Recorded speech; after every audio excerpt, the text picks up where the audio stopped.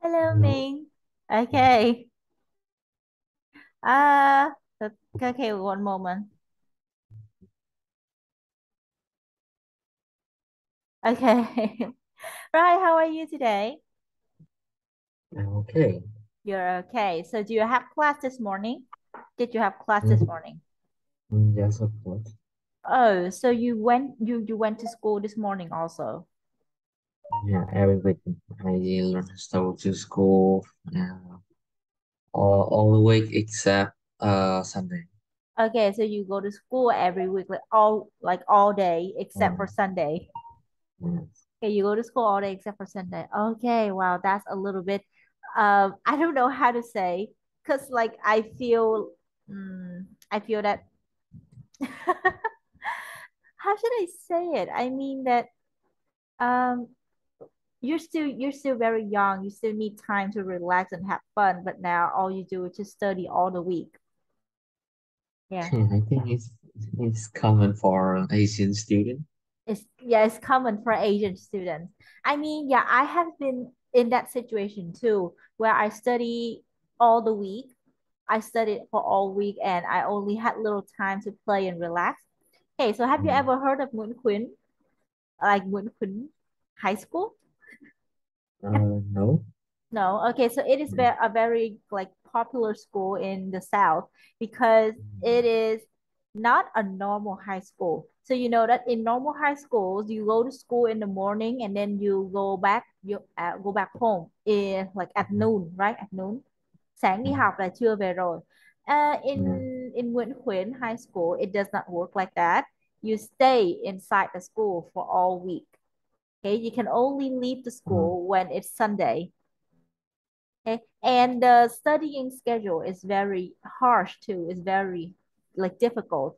You have to wake up at 5 in the morning and then go to school or go to the classes around 6. And okay, everything finishes at 5:30 in the afternoon. 5:30 in the mm. afternoon. You still also have night classes where you will be studying around 6:30 in the evening until 10 in the evening. It's like you study all day and all you do is just eat, sleep, and study. Yeah, I was in that school for my last 2 years of high school. Oh, that sound like a school for a student in in in a remote area. In Yes, what? I for student in remote area. Oh, for remote area. Oh, trường nội trú ý em là vậy đúng không? Yes. Okay, well, it is a trường nội trú, right? But I actually forgotten the Vietnamese name. I mean, I forgot the English name. Hold on, I'm looking at it again. Okay. Um, nội trú. Hmm. Oh, okay, a boarding school. That's right. Okay, Boarding yeah, I school. have seen this word so many times, but I never remember it. This is a boarding school. Yeah, so Nguyễn Khuyến is a boarding school and will always be a boarding school. Yeah. So when I look at other students who have a very normal like high school life, I wish I could feel that. But no, we're not allowed to go out and we're not allowed to have phones. We're not allowed to bring MP3s into the school. Like there were a lot of how do you say? There were a lot of rules that force us to leave everything else at home or leave everything else outside of the school ground. It's difficult. Yeah. Hey, so uh like the first few weeks of the new school year has been tough or has been easy for you?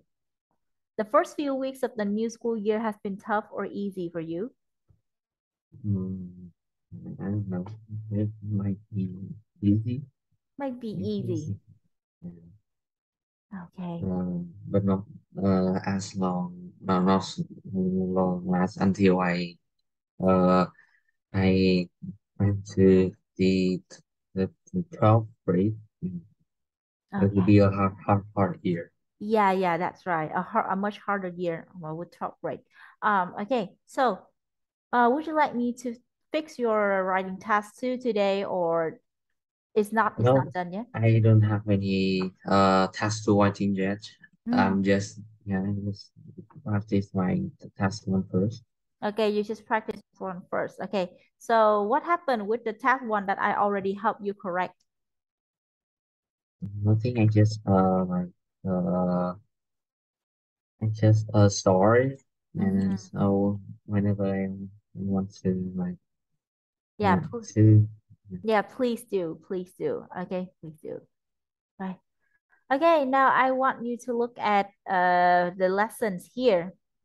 Okay, so as you can see that we did this yesterday, no, not yesterday, we did it last time on Saturday, right? We were yes. differentiating between tones and the ways people communicate in different situations. Okay, okay, so let's separate the situation in two main categories: informal and formal. Okay, so for informal and formal conversation, there are different ways, là there are different rules to remember, đúng không? Đối với những cái trường Yes. hợp mà formal và informal, mỗi trường hợp đều có cái quy tắc giao tiếp riêng. There are conversational rules that you have to know and you have to keep, you have to follow. So Yes. let's dig deeper into that today. Nhưng mà chúng ta sẽ đi sâu hơn về cái vấn đề mà quy tắc giao tiếp đối với những trường hợp mà formal và informal vậy ha. Rồi, ok. Rồi, chúng ta đọc thử những cái câu trên màn hình cho cô mình. Hi there, we don't know each other. Good to meet you. Come and meet one of my friends. Fancy a coffee? Sure, why not? Rồi, trên đây đều là những cái câu mà có thể sử dụng trong giao tiếp hàng ngày, đúng không nào? Yeah. Rồi, vậy như thì bây giờ chúng ta đã xác định được là những cái câu này đang ở informal conversation hay là formal conversation chưa? Nhìn sơ qua là biết đúng Mm, không?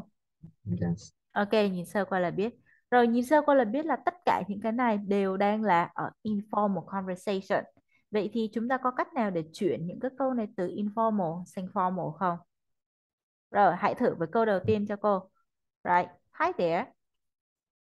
Nếu như mà hi there là informal, vậy thì cái formal hơn sẽ là gì? Good to see you. Good to see you. Okay, that sounds very formal. I like it. But you can just say good morning or good Yeah. afternoon. That is okay. Like good morning, good afternoon is in the middle, đúng không? Nếu như mà giữa Mm, if you place good morning and good afternoon between good to see you or hi there, okay? You will actually see yes. that good morning or good afternoon is neither formal or neither informal. Okay, Mm, nó không quá trang trọng mà cũng không quá kiểu như là thân thiện vậy đi, nó không quá trang trọng nhưng cũng không quá thân thiện, rồi nó rất là bình thường. Rồi còn với cái câu một của mình đó là good to see you, that is super formal. Okay, next, we don't know each other. Okay, so how can we make it more formal with the word believe or met? I don't believe that we have reached its order. Yeah, can you say it with a more confident and smoother way? Chúng ta nói một cách mà lưu loát hơn cho cô nào. I don't believe. I don't believe that we have met before. I don't believe we have met before. Đây, nói một lèo như vậy cho cô. I don't believe we have met before. I don't believe we have met before. Okay, that is a very good one. Okay, so let's see what is the suggestion here. I don't believe we've met, right? Okay, at before doesn't like makes the sentence even more even better. Thêm cái chữ before Okay. vào thêm nó càng hay hơn, nó giống như trên phim ấy. I don't believe we've met before. Good. Rồi hoặc là nếu như mà cô nhìn vào trong đây thì cái câu đầu tiên là chạy qua trong đầu con đó là sẽ là gì? I believe we haven't met yet. I believe we haven't met yet. Okay. Hey, good to meet you. And there's a phrase with a pleasure here. I need you to change this one from informal to formal. Uh,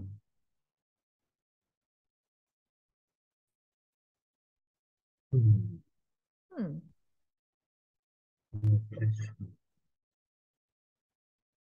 What? It's easy. Okay, you see the sentence. Good to meet you, right? see, Okay, yes.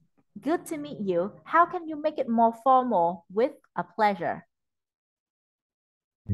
It's a pleasure to meet you. That's right. It's a pleasure to A meet pleasure you. to meet you. One more time. Smoothly đọc mượt cho cô nào. It's a pleasure to meet you. That's right. It's a pleasure to meet you. Good. Right. Okay. Sentence number 4. Come and meet some of my friends. Okay. So you're trying to introduce your friends to this one person right here, right? But if Yes. you're in an informal conversation, you just say, come and meet some of my friends. But if you are in a business meeting, right, or if you're in a more informal or more formal situations, you cannot say that. It's not that you cannot, or like you shouldn't say that. You shouldn't say that. Okay, how can you make this more formal with allow me? Allow me to introduce some of my college. Okay, good. Allow me to introduce some of my colleagues. Repeat. Allow me to introduce some of my college. No, it's not Mhm. college. It's colleagues. Uh, Colleagues. college. No, it's not the. If you say the, it becomes the school where you study. Nó sẽ trở thành cái cao đẳng. Được chưa nào? Đây, mình nghe cô đọc nè. Oh no, not this. Rồi, the first one. College. College. College. College. Đây là âm y ngắn và ở cuối nó có GE là đuôi the trong chữ job. College. College. Rồi, bên phải. Colleague. Colleague. Và số nhiều là colleagues. Colleagues. College. Một cái là y ngắn college, một cái là y dài colleagues. Colleagues. Okay? Mhm. Wait, one more time. Allow me to introduce you to my colleagues. Allow me to introduce you to my college. Leagues. Âm y dài chúng ta cười ra cho cô, đừng có chu miệng lên như vậy nó sẽ thành âm y ngắn mất. Allow you to Allow, introduce you to my colleagues.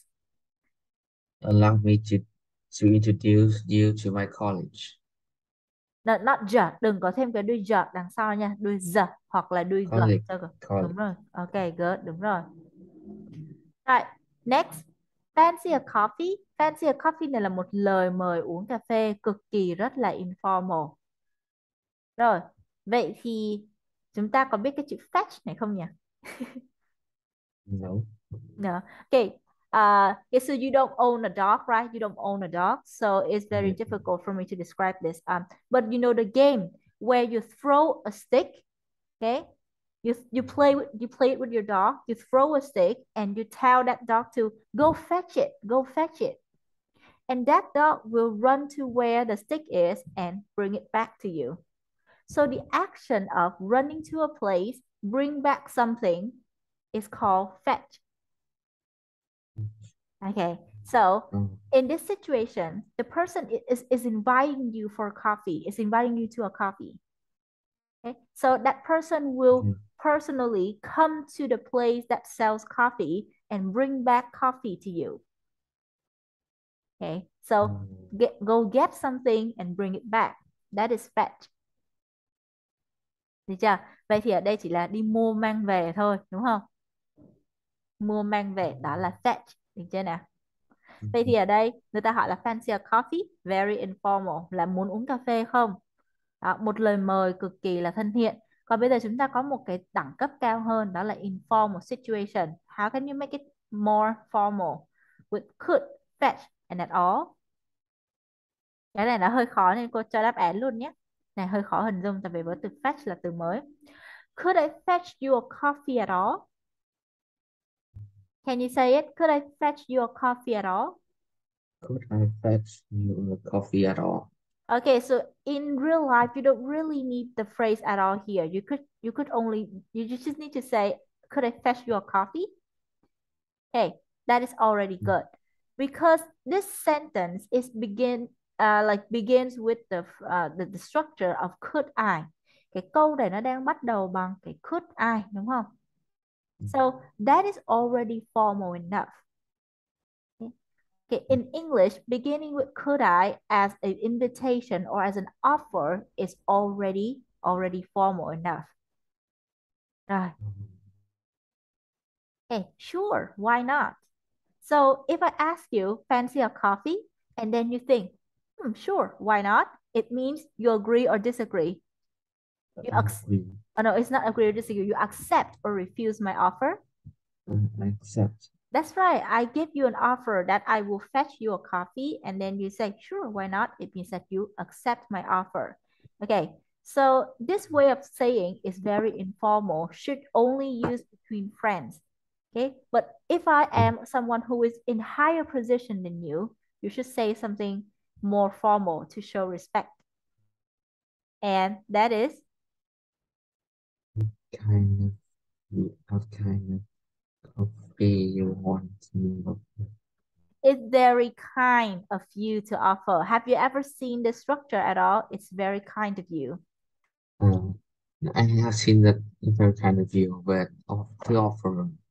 Ah, okay. So it's very kind of you. It's like a roundabout way to say thank you. Đó là một cái cách vòng vo để nói cảm ơn vậy thôi à, đúng không? Vậy thì bình thường chúng ta nói gì? Sure, why not? Hay là thank you, nói một cách rất là trực tiếp thẳng thắn. Còn ở đây thay vì nói là cảm ơn thì mình nói là ôi bạn thật tốt bụng, đúng không nè? Đó. Oh, it's very kind of you. Và chúng ta thêm cái to offer vào thôi để biến nó thành là ôi bạn thật tốt bụng khi mời cà phê tôi như thế. Okay. Uh, But have you ever seen the word offer? mm, yeah, I want to order something. No, not really. Okay, do you know what offer is? Not really. Not So, really. Okay, wait a yeah. moment. I will explain it to you.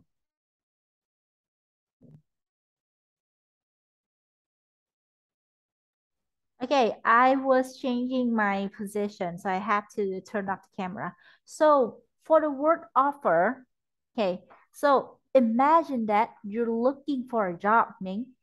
Imagine that you're looking for a job. So Mhm. like you want to be a programmer, right? For example, you want to look for a job that is a programmer.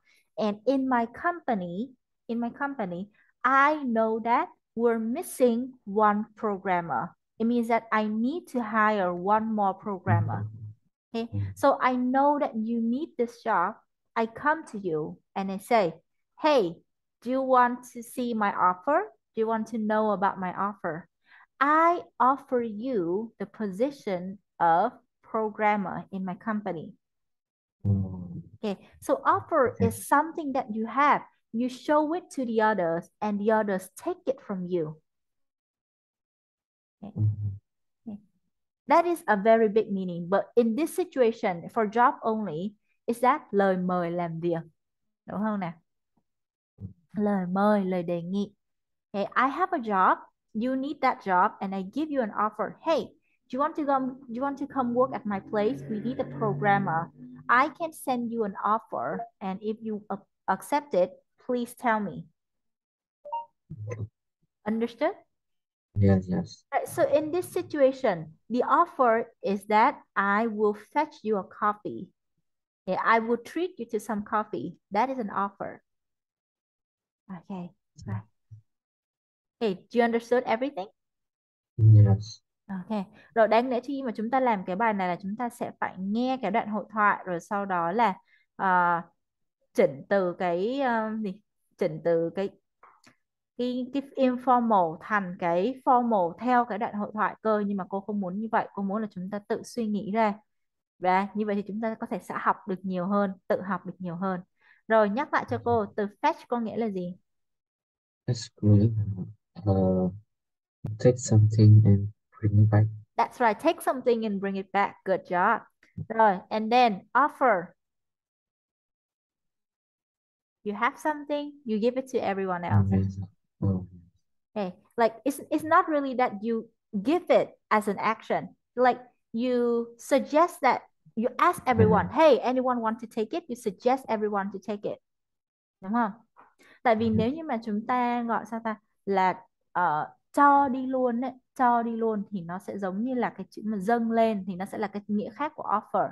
Nè, thông thường thì khi mà chúng ta đi lễ chùa đúng không, mà chúng ta sẽ cần phải có đồ đồ cúng, thì cái hành động đó cũng được gọi là offer. We have something, we give it to the other. That is offer.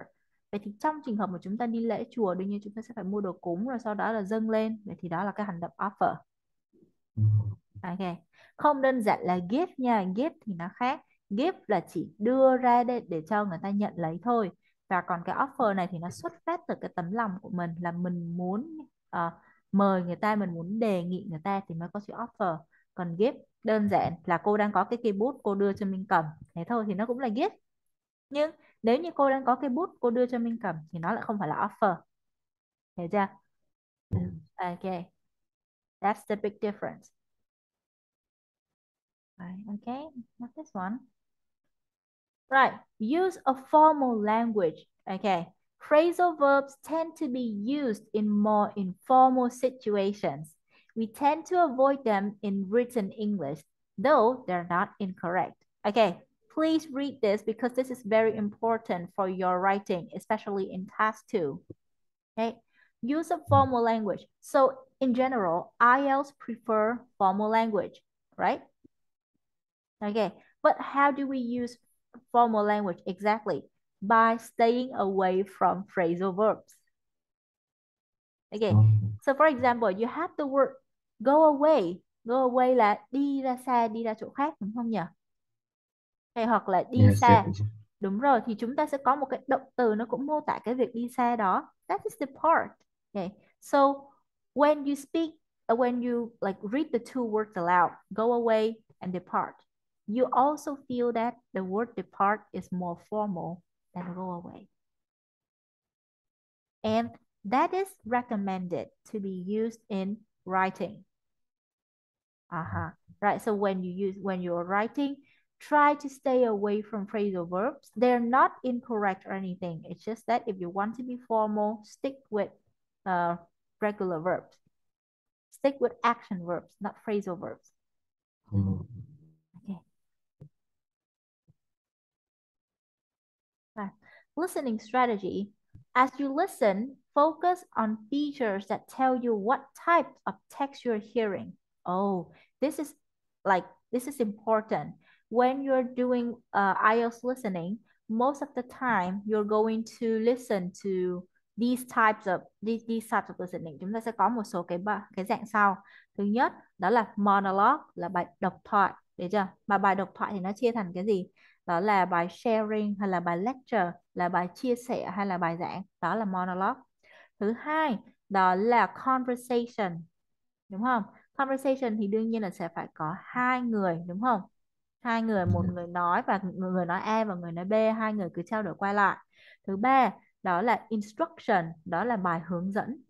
Với cái bài hướng dẫn này thì nó sẽ nằm ở trong những cái bài mà đang nói về cái cách sử dụng của cái gì đó, được chưa? Yes. Ok, rồi, có ba dạng cơ bản như vậy. We have monologue, we have dialogue, and then we have instruction.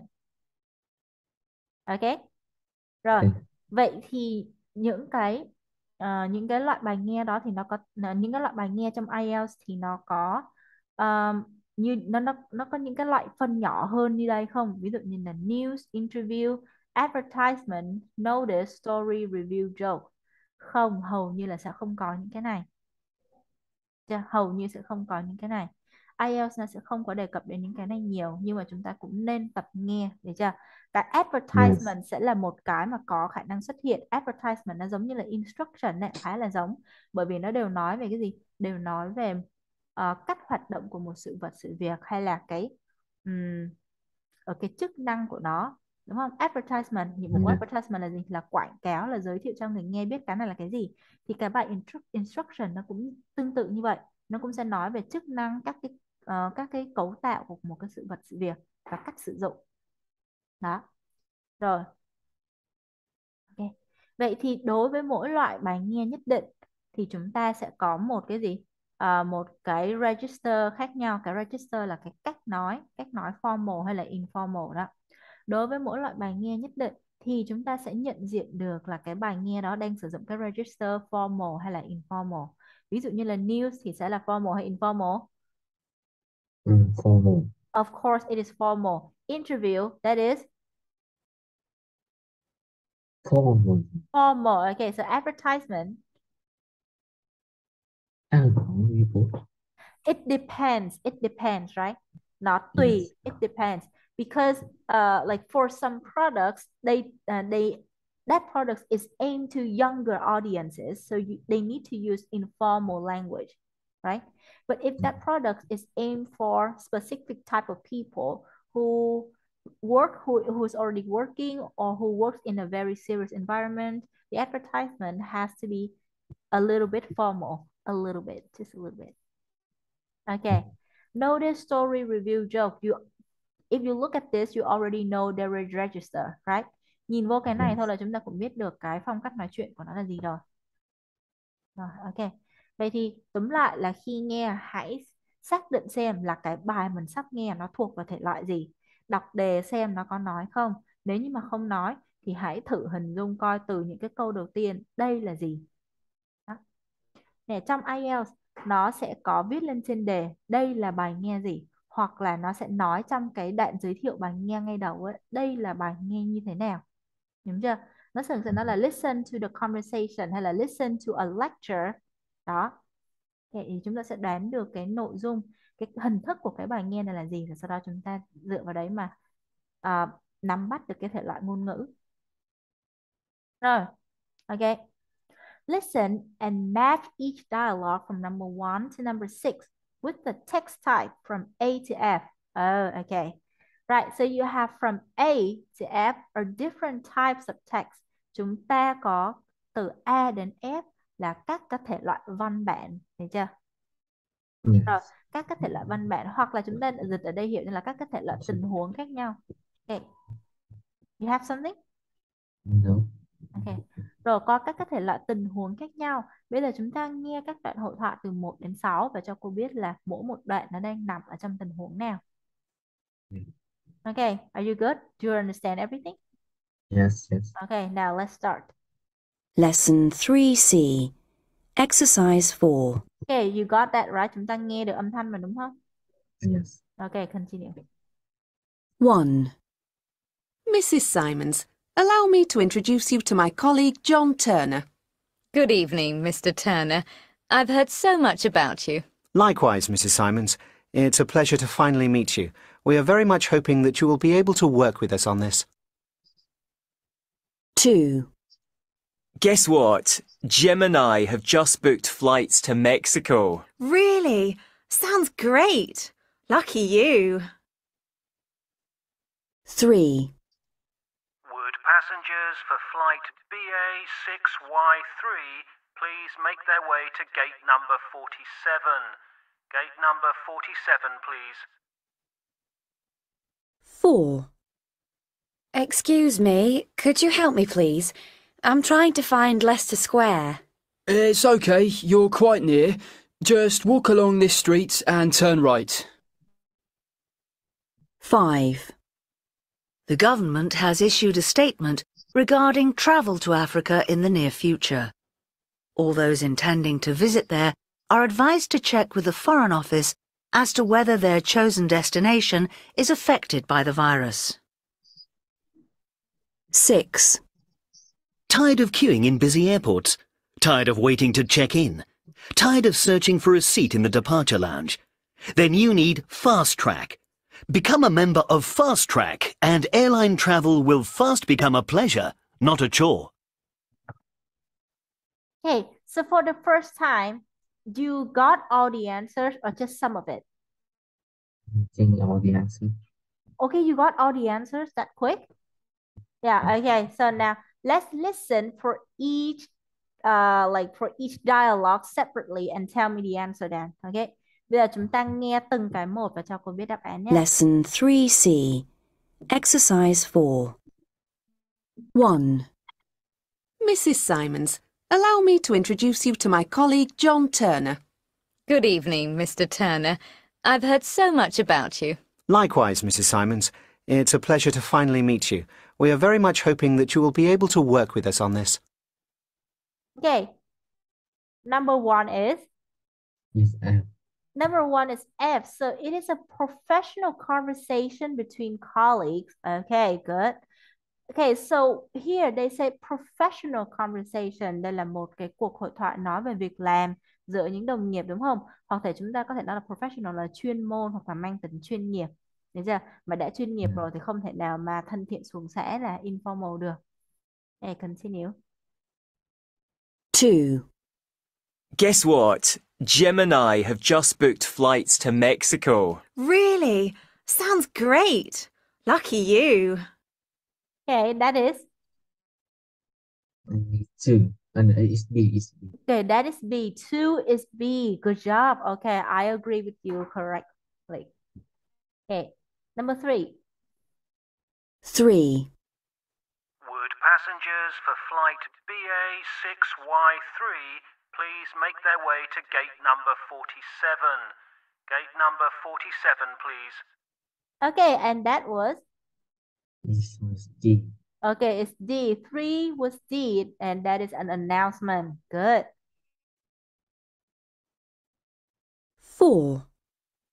Excuse me, could you help me, please? I'm trying to find Leicester Square. It's okay, you're quite near. Just walk along this street and turn right. Okay. It's E. E. Number 4 is E. Okay, you have 5 and 6 left. 5. The government has issued a statement regarding travel to Africa in the near future. All those intending to visit there are advised to check with the Foreign Office as to whether their chosen destination is affected by the virus. Okay, and that was? C. C, a news item. Okay, and finally 6 is A, an advert. You already heard it. Okay, and my answer for everything is right, an advert. Okay, dialogue number 6, tone of voice, informal language, language of persuasion, right? Trong đây là một cái bài một cái đoạn mà sử dụng cái tone giọng rất là phù hợp với cái quảng cáo, đúng không nhỉ? Lúc nào cũng vui tươi, lúc nào cũng nhanh, lúc nào cũng năng nổ. Đó, chúng ta biết đó là phù hợp với một đoạn quảng cáo. Rồi, tiếp, a conversation between friends thì chỉ là một cuộc hội thoại đơn giản giữa bạn bè, và chúng ta nhận thấy rằng cái register họ đang sử dụng là vô cùng informal. Đó, kiểu cực kỳ thân thiện luôn. Tiếp, a news item. News item này thì chúng ta có thể nhận diện được nhờ đâu? Nhờ vô cái từ vựng mà họ sử dụng, đúng không? Chúng ta có nghe thấy họ nhắc đến the government, là sau đó là Africa, rồi sau đó là the virus, thì giống như là đang cung cấp cho chúng ta một cái tin tức và kiểu như thời sự mà nóng hổi gì đó, đúng không? Và đặc biệt là nó còn liên quan đến chính phủ nữa, cho nên là bắt buộc cái ngôn ngữ nó phải cực kỳ formal. Rồi, và trong đây có cái tone of voice của cái người đọc và của cái biên tập viên thì như nào? Is like Là very serious, đúng không? Nó nghe, nó trầm, là very serious, nó không có hùng hổ, nó không có energetic như là cái cần advert được. Đó. Rồi, tiếp D, an announcement. Chỗ này thì là announcement của gì nhỉ? Announcement cho cái chuyến bay, đúng không? Announcement cho cái chuyến bay. Thì chúng ta nhận xét cái tông giọng của người này như thế nào? cũng thấy cũng dạng dạng như nào. Cũng dạng dạng như là cái news item, đúng không? Cũng dạng dạng như là cái news, nó cũng ngang ngang, nó cũng trầm, khá là serious, nó không có thể hiện nhiều cảm xúc lắm. Thì cũng đúng thôi, bởi vì không có ai là yêu cầu có cảm xúc trong cái phần thông báo này cả. Rồi, a conversation between stranger. Chỗ này là tại sao chúng ta lại phân biệt được đây là stranger nhỉ? Hỏi đường. Hỏi đường, đúng rồi, chính xác. Thông thường thì chúng ta sẽ hỏi đường, mà đặc biệt là hỏi theo kiểu là excuse me nữa, đúng không? Cái câu excuse me thường dùng để lấy sự chú ý của người khác, đặc biệt là người lạ. Vậy nên cái đó nó là dấu hiệu cho chúng ta biết đây là cuộc nói chuyện giữa người lạ chứ không phải là giữa hai người bạn. Bởi vì ở đây người ta xài cái gì? Một cái cấu trúc khá là polite và khá là formal, đúng không? Đó là could you help me? Đó, không ai nói chuyện với bạn là could you help me được. Rồi, a professional conversation between colleagues, cái này thì khỏi nói, nó rất là rõ ràng luôn. Đó là người A giới thiệu người B với cả người C. Đó, và những người này thì tiếp tục nói chuyện với nhau bằng sử dụng những cái ngôn ngữ mà nghe hơi dại chân một tí xíu. Đúng rồi, ok, very good. Right, next, listen to four texts, match the situation from number 1 to number 4 with the speakers from A to D. Rồi, chúng ta có 4 loại speaker ở đây. Actor in a voiceover. Do you know what actor in a voiceover is?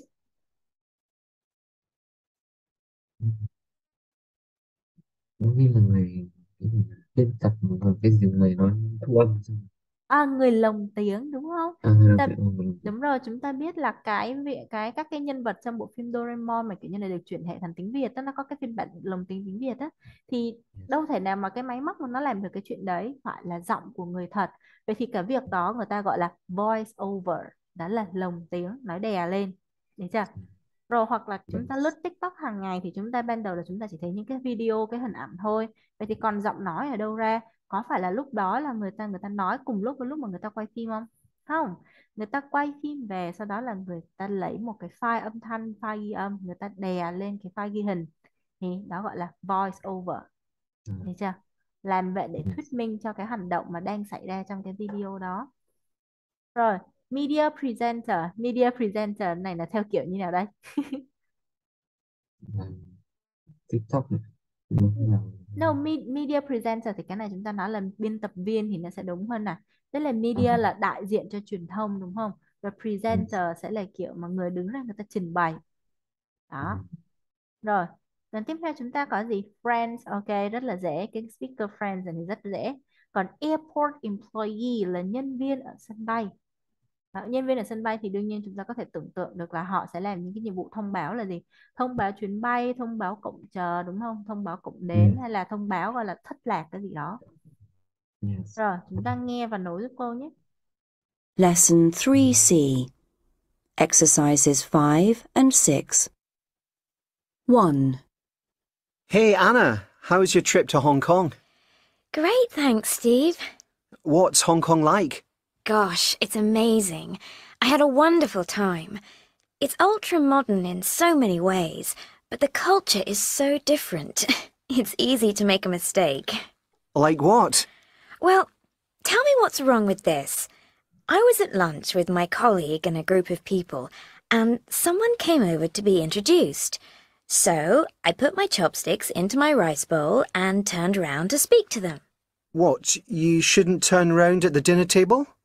You mustn't show your back to anyone? No, you mustn't put your chopsticks into your rice and leave them sticking straight up. Really? Why not? Because it means someone has died. It is only done at funerals and is a big no-no at any other time. But how were you to know that? I don't know. It's not something we would think about, is it?